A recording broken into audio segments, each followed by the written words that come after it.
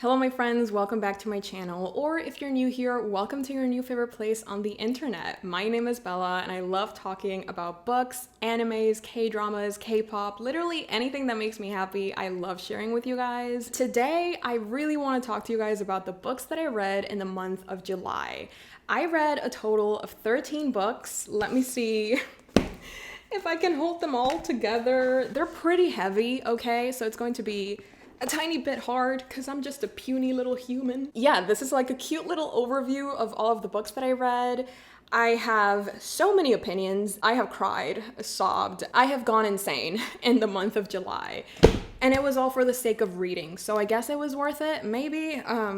Let's just talk about the books and then you guys can help me decide if it was a good month or not. The very first book that I read in the month of July was actually for a 24-hour readathon that I was doing. July started with me in the wee hours of the morning reading this thriller audiobook that's called Survive the Night by Riley Sager. My strategy when I'm doing a 24-hour readathon is that when I'm feeling like I'm about to fall asleep, but I don't want to, I put on something or I start reading something that I know is going to be like very high key and like very high stakes and is going to boost my adrenaline. Like it's going to make me feel a lot of things. Survive the Night did exactly that. Oh my goodness, like I have never felt so much adrenaline coursing through my veins as I read a book. I was literally in my bed. So tell me why my heart was beating like 2,000 miles per hour. Like I literally thought it was going to burst out of my chest. And it's all because of this one girl that's called Charlie.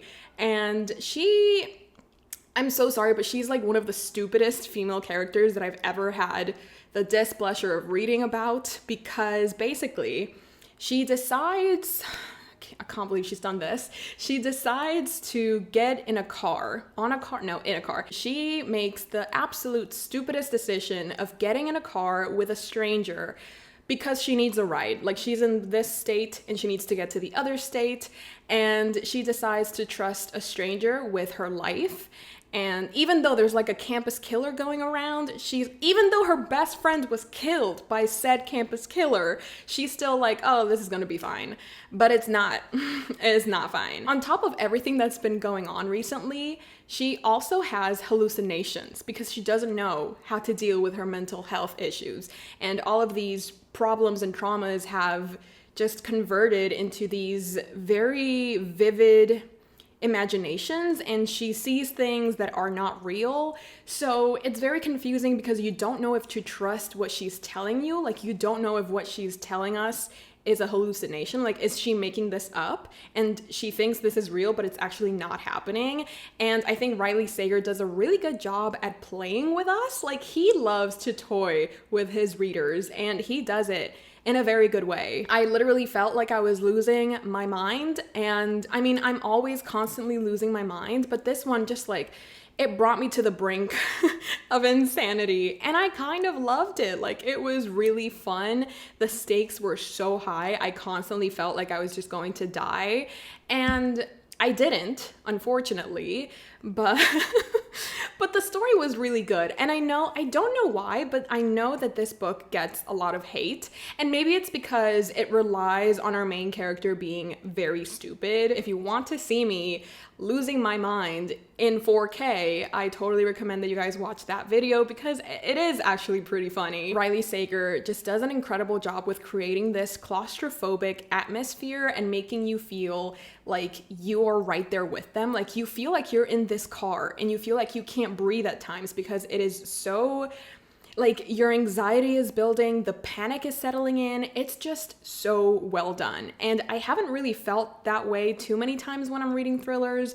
So because of all of the things that this author made me feel, and because I kind of liked the resolution of the story. I kind of liked the pacing as well, and the characters, they were all just very interesting and entertaining to read from. Because of all the things that this book made me feel, I ended up giving Survive the Night 4 out of 5 stars. And in case it needs to be said, do not get in a car with a stranger. For the love of God, just don't do that. Call me if you need to, but please don't put your life in the hands of a man or a stranger in general, but especially men, okay? Like, Come on now. Then I read Six Scorched Roses, which is a novella that's set in the Crowns of Nixia world, which, if you don't know, is those books that are called The Serpent and the Wings of... Okay, I know this. It's okay, I know this. The Serpent and the Wings of Night and The Ashes and the Star-Cursed King.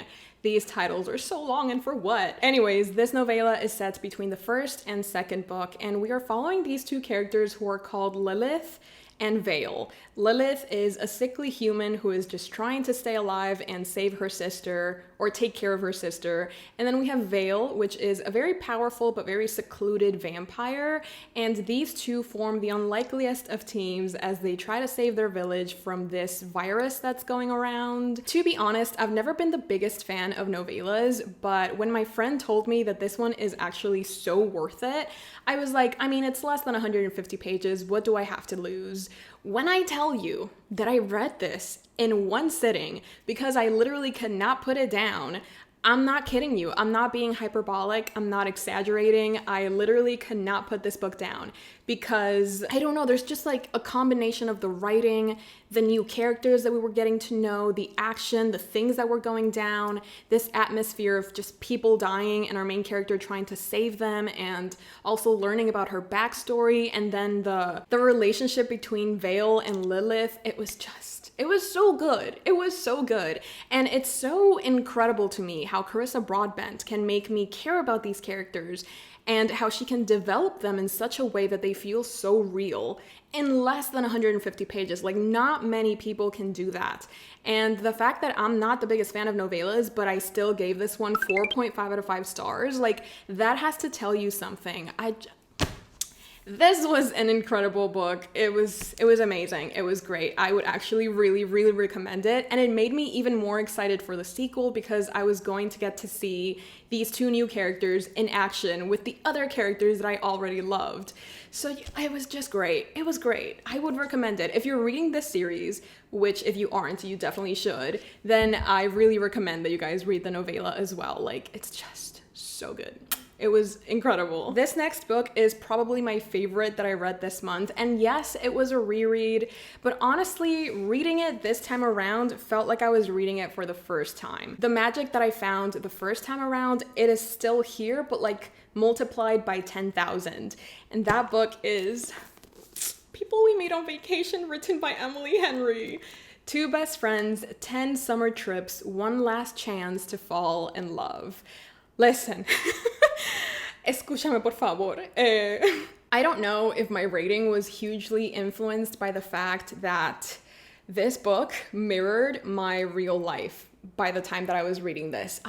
It's very weird, like it's almost never happened to me, but like the things that were going down in this book, I was living them, and it was kind of crazy because like it was extremely emotional, but this book helped me deal with it, and it helped me like seeing other people go through the things that I was going through at the same time. It was insane, but it felt really cathartic, and it felt like, holy crap, I'm not alone. I don't know, it kind of healed something inside me, and I know it was purely coincidental, but call me a hopeless romantic, life has incredible timing.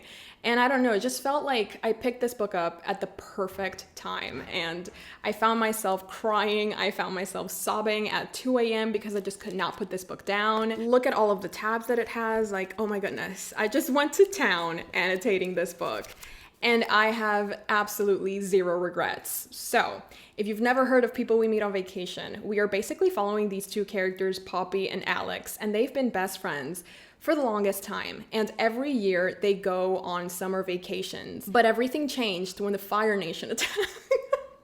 I'm sorry, I just always feel like I need to do that joke, but no, the Fire Nation did not attack. This is not that type of book, but something did definitely happen. We don't really know exactly what, but Poppy does make a lot of allusions to it as the story progresses, and we do eventually find out what it is, but obviously I'm not going to tell you guys because I don't want to spoil the experience for you.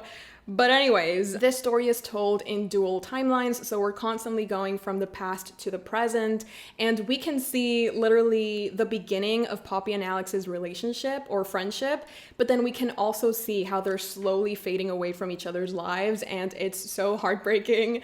It was just like, you know what I mean? Like, yes. And then this one summer, Poppy is like, I miss Alex so much. I'm going to try one more time to rekindle our friendship and just let's go on this crazy last summer vacation and see if anything happens. Let me see if I can find my best friend again.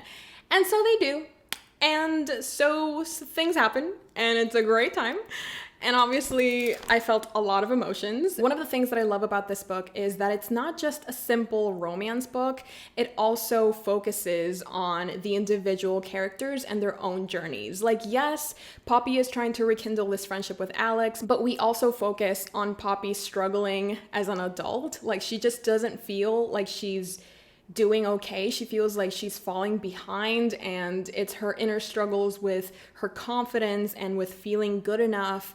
And I think that Emily Henry does such a fantastic job at making these characters feel so realistic, making them feel like they sort of speak for that part of yourself that you haven't really found words for. And I just felt so connected to this book and to these characters and this story. And I loved it. Like, how could I give this book anything but 5 stars after everything that it made me feel? I loved this book. Probably, hopefully, I did it justice by talking about it. But really, if you haven't read People We Meet on Vacation, I feel like you should definitely read it before summer is over. Do it. Just do it. You will not regret it. Then I read Before I Let Go, written by Kennedy Ryan. And honestly, I wasn't expecting to like this one as much as I did. But as soon as I started to see the parallels between Taylor Swift songs, I was like, okay, I see what you're doing, and I'm kind of really digging this. I literally have like a whole playlist about this book. Let me just tell you the songs so that you can get an idea of what this book is like. We have Here With Me by D4VD, Bigger Than the Whole Sky by Taylor Swift, Two Ghosts by Harry Styles, Memories by Conan Gray, Labyrinth by Taylor Swift, Coney Island by Taylor Swift, If by Chance by Ruth B, Great War, and The Last Time. It's a very highly emotional and captivating story about these two characters who go through this incredibly devastating loss, and they're both trying to just deal with their grief as best as they can. But grief changes people, and it affects people in so many different ways. This married couple, they try their best, but they can't stay together, so they decide to get a divorce. And it's just them trying to come to terms with their new life and to try and keep it all together for their family, because they do have 2 kids. Through all of this, they're just trying to grapple with, their grief and their trauma and their past. Through all of this, they haven't stopped loving each other. So it's kind of like, can we rekindle the love that we had for each other? Can we survive this? Can we grow from this experience and be stronger than ever? So we're just following these 2 characters and their lives and just seeing them grow as human beings. Honestly, like, you never know when grief is going to enter your life. I don't know, I think the author does a really incredible job at depicting what it's like for not only the person that it affects, but also the people that are around you. And it's a very beautiful insight into family and love and grief.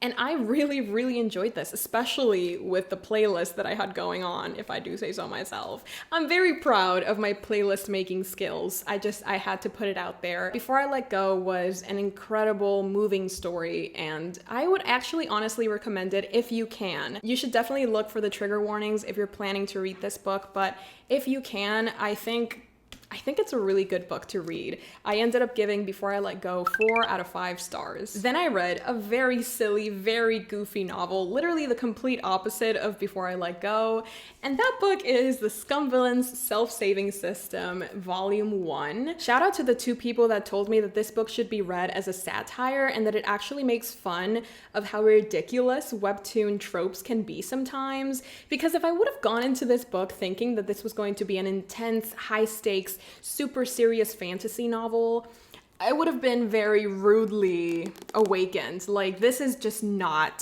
serious at all. It's just a very fun and funny and lighthearted story about this one guy. The story starts literally with him dying, and he gets reincarnated as the villain in this web novel that he absolutely hates. But he's read so many times, he literally knows every single detail, and he knows that the character that he reincarnated as dies a very painful and gory death. So throughout this series, he's trying his best to change his future and to not die. There's even like a user interface, and there's like dialogue boxes, and you can choose your options. You can choose how to proceed. You can buy different things from like the item menu, literally like a video game. And I just loved those little mentions of different things, of different features. It just made the story very funny. And like our main character, he's constantly fighting with the user interface because it comes up with the silliest of things, and our main character is constantly being like, this is so ridiculous, why are you making me do this? This makes absolutely no sense. And I don't know, it was just a very funny reading experience. It was very fun, and I just love that I didn't take it seriously.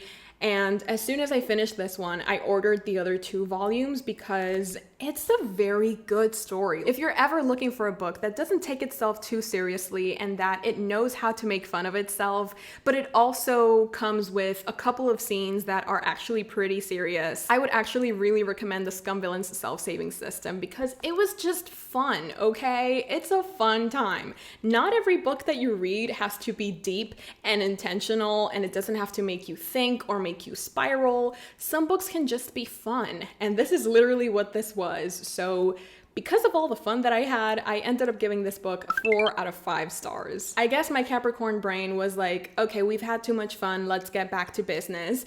So the next book that I read is probably the 2nd or the 3rd most intimidating classic that I've read this year.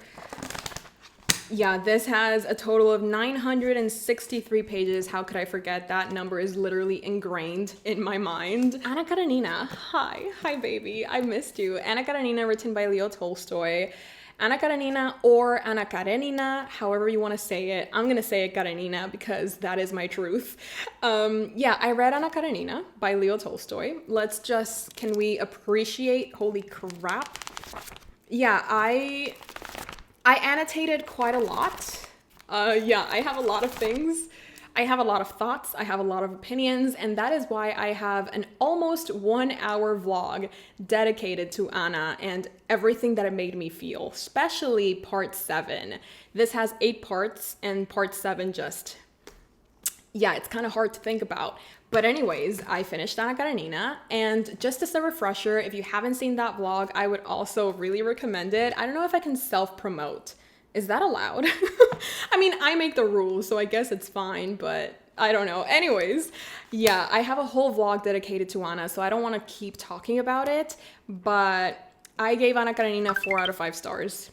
It was an incredible experience. I definitely prefer it over War and Peace because, you know, instead of focusing so much on the war side of things and like the consequences of war, this focuses more on the human condition and the dualities that exist inside all of us and the different love stories that are developed, how different types of love can be toxic and they can ruin a person. Yeah, this one, yeah. Anna Karenina, everybody. The next book that I read in the month of July was Tomorrow and Tomorrow and Tomorrow and Tomorrow. I added a tomorrow. Tomorrow times 3. This book is the story of these 2 characters, Sam and Sadie, and they have been very good friends for a very long time. That is, until someone makes a mistake and then they don't speak for like 10 years, but suddenly they get reunited again. And one thing that has always kept them together, or literally the thing that started their friendship, was video games. So when they reunite in the future, they decide to make a video game together and they start coding it, they write the story, they design the animation, they start making this video game and everything is coming up aces, you know, people are loving their video games and, you know, it seems like everything is going to be okay, but nothing is ever as simple as it seems. So things Obviously, I don't want to go into detail because if you haven't read this book, I would actually recommend it. It's not without its faults, you know, because I don't know if I can say this. I guess I can because it is my truth.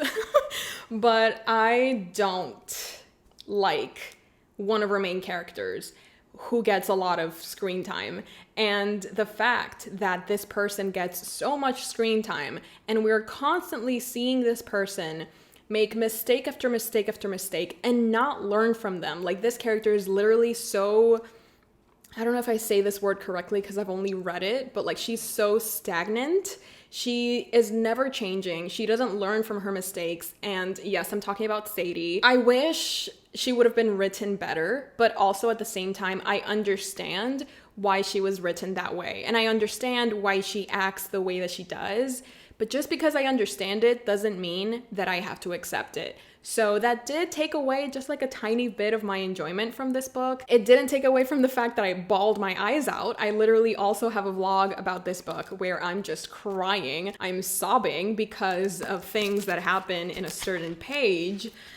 You know what? I'm not even gonna look for it. I don't want to go through that again, but this is how it looks. I just love showing you guys the final product of a book when I finish annotating it because it just looks so nice to me. I also like that apart from exploring the relationship between Sam and Sadie, the author also explores them individually and we see them, you know, sort of choosing their own paths so we understand the things that happen. It's not, I wouldn't say it's a happy book, but it's not a sad book. It's very much just like life. You know what I mean? Like, it's not always happy. It's not always sad. And the ending isn't that happy or sad either. It's just kind of like bittersweet. I also love how this author weaves in different elements of video games that I have played myself or that I've seen my brother play. And it felt so seamless and so perfect. And it helped me connect to the story in ways that I wasn't even, you know, expecting. I felt a lot of things reading this book. I cried, I got mad, I was angry, I was happy, I was enjoying myself, I had fun. There were a couple of flaws and a couple of setbacks, but overall, I really did enjoy this book. I'm literally displaying it in one of my shelves after I finish filming this. So I ended up giving this one 4 out of 5 stars because I would actually really recommend it. Then I read volumes 3 and 4 of Heaven Official's Blessing. And listen, this one was a 3.5. Let's just get this off the table. Let's just talk about it and then we can move on. This was a 3.5 and this was a 4-star. So I'm gonna put this down because, like, okay, before I put it down, let me just say, I'm not the biggest fan of books that rely solely on flashbacks, and this one has like a very big chunk that is literally only flashbacks. And even though I understand why the author decided to do it this way, because through these flashbacks we get to learn more about our main character Xie Liang, I just felt like it was longer than it needed to be, and that just really took away from my enjoyment of the story, because one of my favorite aspects of Heaven Official's Blessing is the relationship between Xie Liang and Hua Cheng, or San Lang, which is the villain. Through these flashbacks, we don't get to see a lot of Hua Cheng as he is in the present. This was a good one. It was a good installment. I liked learning about Xie Liang and his past and how he came to be the person that he is today. But when volume 4 started, that's when the party began. Look at this cover and tell me that this, you know, like, come on now. Come on, babes. Come on. I feel like I don't have to speak too much about this one. I think that even if they saw you at your worst, they wouldn't say something like, you're not so great after all. To me, the one basking in infinite glory is you. The one fallen from grace is also you. What matters is you, not the state of you. I want to understand your everything, so I'm very envious that someone has already met that version of you so early on. That kind of affinity can only come by chance. It can't be begged for. And whether that bond should live on is 3 parts fate and 7 parts courage. I'm not gonna say anything, obviously, because I don't want to spoil it. But volume 4 of Heaven Official's Blessing, it's where it's at. It's where it's at. Although I'm happy you're so happy, is it really that funny? Xie Liang hugged his belly as he laughed. Of course, only since meeting you have I rediscovered how simple it is to be happy. Are you kidding me? I will be so honest though, reading this felt like I was going through this fever dream because I read this so fast. I think I literally finished it in like a day because I started it, I blacked out, and then it was done. I literally don't know what happened. I just know that I loved this so much. I gave this 4 stars. It was everything. I cannot wait to read volume 5 and then obviously volume 6 and then 7 and then 8. Like, it's just been an incredible journey. I'm so happy that I started Heaven Official's Blessing. I will forever be grateful that I gave Heaven Official's Blessing a try or a chance, even after hating Grandmaster of Demonic Cultivation. This is the... Yes. Life probably thought that I was having too much fun, or it just wanted to punish me, you know, for being happy. So then I read The Kite Runner by Khaled Hosseini. This is how it looks. Honestly, I suffered a lot. You can ask my friend Shelby, who I read this in FaceTime with. I just absolutely lost it. Like, I could not sit still. I was sobbing my eyes out and I just kept saying no, because I didn't want to accept the things that were happening. I literally told her at one point, if I stop reading now, the thing that's about to happen is not going to happen. So I think I'm going to stop reading now. I did not stop reading. I can't talk about this book too much because I was honestly not prepared for all of the things that this book was going to make me feel. And before I even started this book, I was so intimidated by it because I thought it was going to be hard to relate to this since it is a historical fiction novel and I am famously known for not liking historical fiction. So, you know, I went into this book with very low expectations and also just being a little bit scared that I was going to be confused by like the political atmosphere and just not really knowing what was going down. But I think that Khaled Hosseini does a really nice job at explaining things, but not making it feel like you're at school or not making you feel like you're reading a Wikipedia page. It just kind of seamlessly all blends together. In The Kite Runner, we're following these 2 characters, Amir and Hassan, and they have been best friends since birth. Literally, they do everything together. They were raised together. And one of the things that they love to do is kite running, which, you know, the kite runner. Yeah, they have a very wonderful relationship. They have a beautiful childhood growing up in Afghanistan. But that all changes when this horrible, horrible thing happens and they don't deal with it in the best way that they can. Their lives are changed forever and they go their separate ways. Amir actually ends up in the United States and he gets married. He has his own life, but he is constantly haunted by his past. Yeah, this was a deeply emotional book with some very traumatizing topics. Please look up trigger warnings.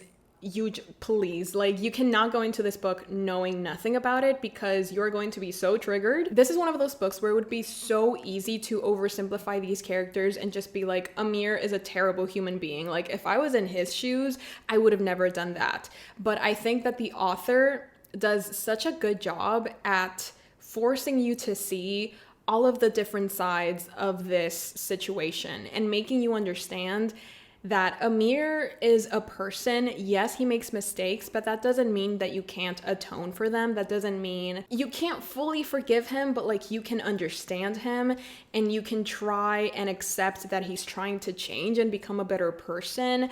And I think this story does an incredible job at portraying the lives of these 2 people and also the people around them and just how your past, your regrets, your mistakes, your pain is always with you. And you can either let them drown you or you can let them make you a better person. The Kite Runner is a story of hope and resilience and love and also pain and sadness and lots of pain.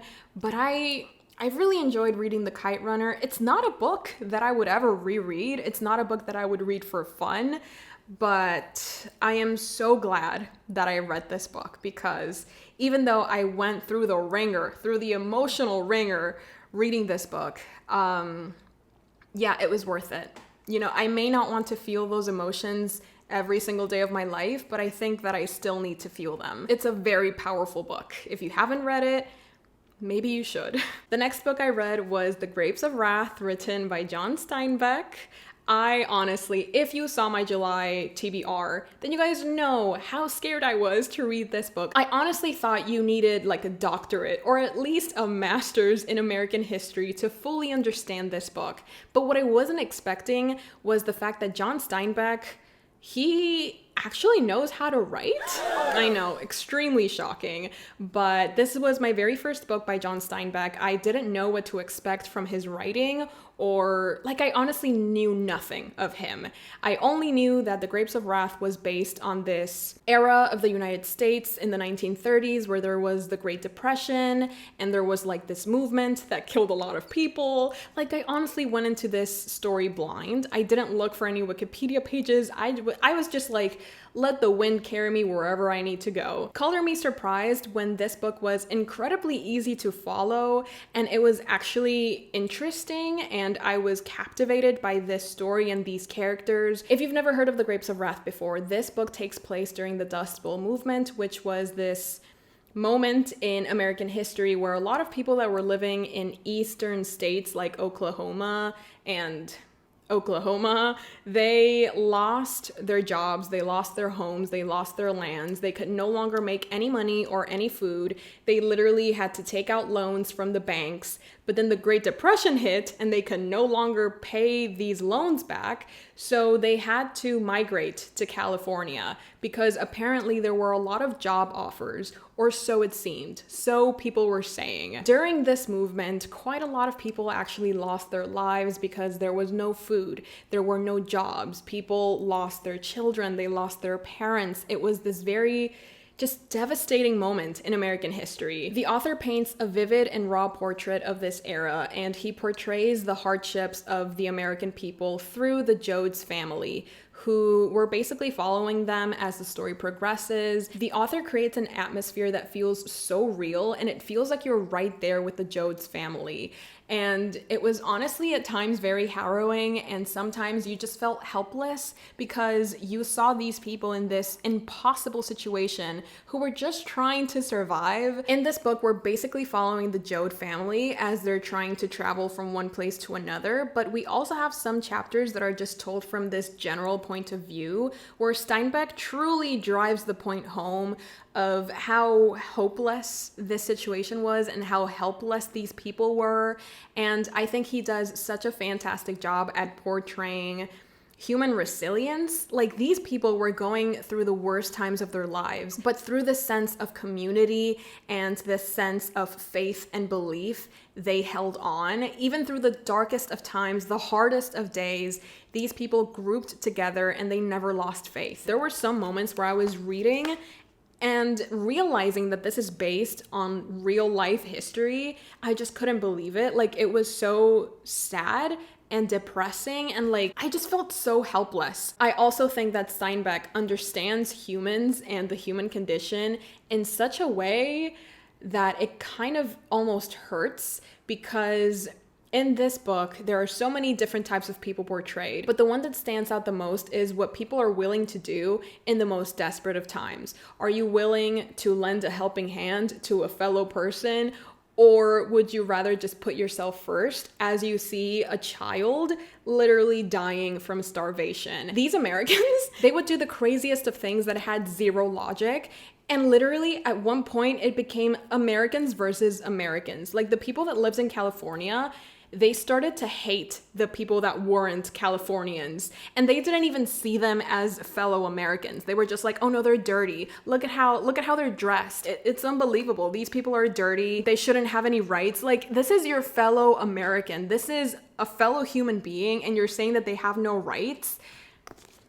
It's kind of insane. And the fact that some of the things that happened during this movement and the Great Depression are still happening nowadays, mind-blowing. Even though the pacing wasn't my favorite thing, like, yeah, at times I was just like, can we please just fix this car and get a move on? Like, we don't need 22 pages of you trying to find a car part. But apart from those few moments where I was like, this pacing is not it, bestie, I still feel like Steinbeck does an incredible job at depicting this dark time in American history, doing it in a way that makes you feel for these characters that might as well be real life humans that went through this this very real situation, and it makes you feel for them, it makes you sad for them, it makes you feel so many things, and it makes you think of what you would do if you were in that situation. And I literally just, I was thinking so many things when I was reading this book. I literally sat my mom down and I was like, I need you to hear about the atrocities that these Americans did.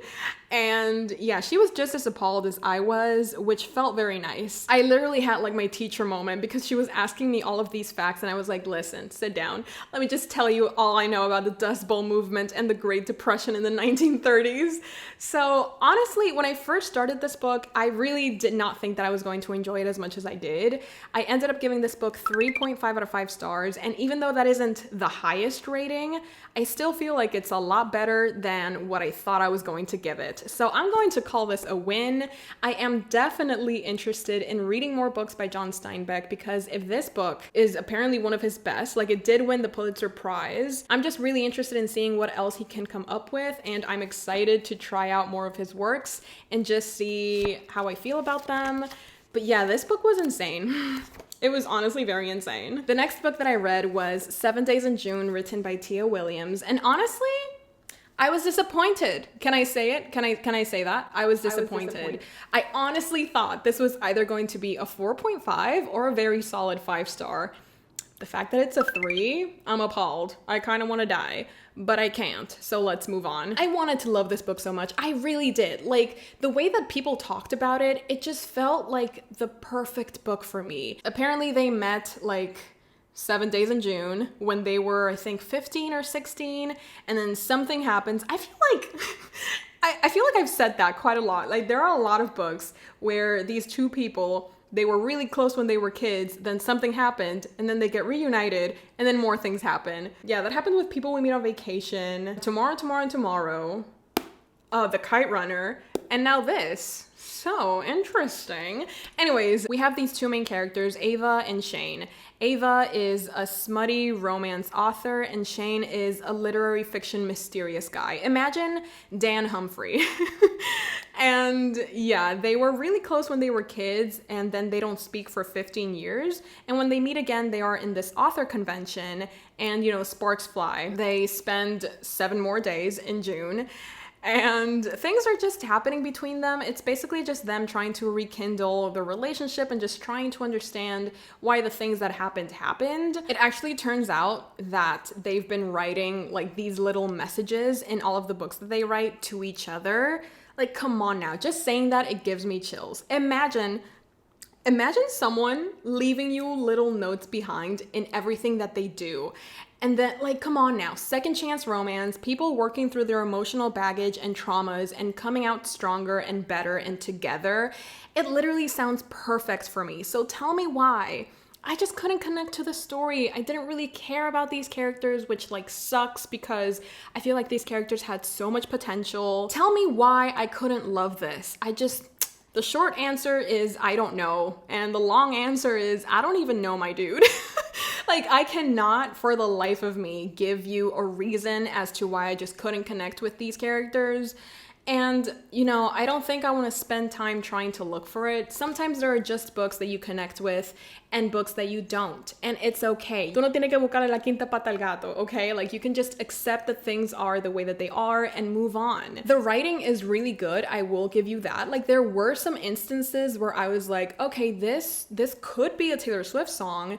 But like, you know, good writing doesn't always pull through, you know? I can't love a book just because of its good writing. Honestly, maybe the main culprit is me. Maybe I just let the hype get to me. If I would have gone into this with 0 expectations, hoping or thinking that it was just going to be another romance book, maybe I would have enjoyed it more than I did. But I didn't. I let the hype get to me. I didn't really cry. I didn't really laugh. I didn't really feel much of anything while I was reading this book. And I am a very emotional person, so the fact that I didn't feel a single thing while I was reading this book speaks volumes. So this is the final product. Yeah, not much to show, but yeah, it's something, I guess. And then my camera is flashing. Let's see if I can finish this. The last book that I read in the month of July was The Ashes and the Star-Cursed King by Carissa Broadbent. This is book 2 in the Crowns of Nyxia series, or trilogy, or like I don't even know anymore what it's going to be. Honestly, I think I enjoyed the first book more than the second one because the first one does have the element of a tournament, and I am a very big fan of tournaments.